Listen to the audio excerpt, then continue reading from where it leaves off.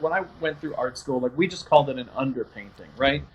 Um, but very specifically in the Italian Renaissance, like when they started doing more realistic and almost photographic looking sorts of paintings, um, the grisaille, which was the underpainting, was typically done either in black and gray or in a sepia tone, but it was all monochromatic. And this is the part that's really important, which is that, and this is interestingly enough, this is exactly what traditional tattooers have been saying all along.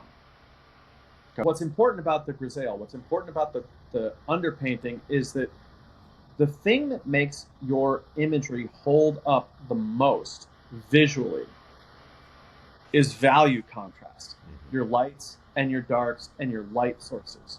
So a traditional oil painter in the Renaissance technique would create the entire layout as a black and gray painting, almost the same way that we would create a black and gray tattoo now.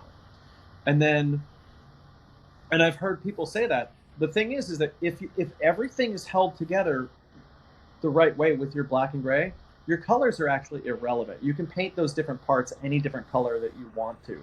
In fact, I've seen examples of people who study and do color theory projects where they'll do the exact same underpainting like 3 different times and then overpaint that with 3 completely different color schemes, but the image still holds up.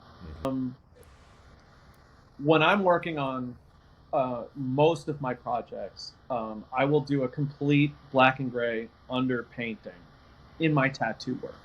And that's not something that's like necessary. I didn't come up with that. I didn't invent that.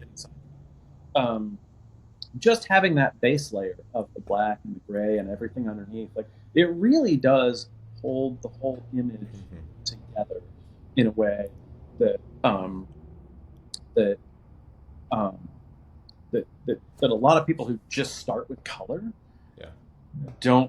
don't really do. So or don't really you don't really perceive. Like it's really easy when you just start with color and nothing else, and you try to do everything all at once. It's really easy to get lost and to lose that structure.